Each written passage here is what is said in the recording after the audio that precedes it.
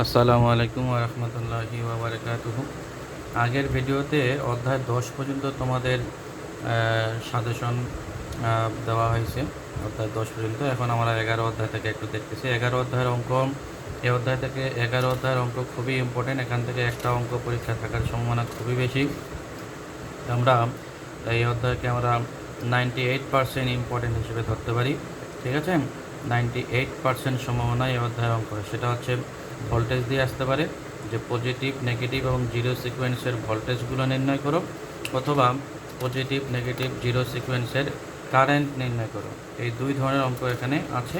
এই দুই ধরনের অঙ্ক থেকে যে কোনো এক ধরনের অঙ্ক পরীক্ষায় থাকবে। এই যে পজিটিভ, নেগেটিভ এবং জিরো সিকোয়েন্স কারেন্ট নির্ণয় করো। হ্যাঁ, এইগুলো এই দুই টাইপের অঙ্ক আসার সম্ভাবনা যে কোনো একটা খুবই বেশি, মানে 98% সম্ভাবনা। আমরা এই অধ্যায় থেকে 98% সম্ভাবনা এই অধ্যায়ের অঙ্ক করবো। অধ্যায় 11 অধ্যায়ের অঙ্ক, 11 অধ্যায়ের অঙ্ক খুবই ইম্পর্টেন্ট, পরীক্ষায় থাকার সম্ভাবনা খুবই বেশি।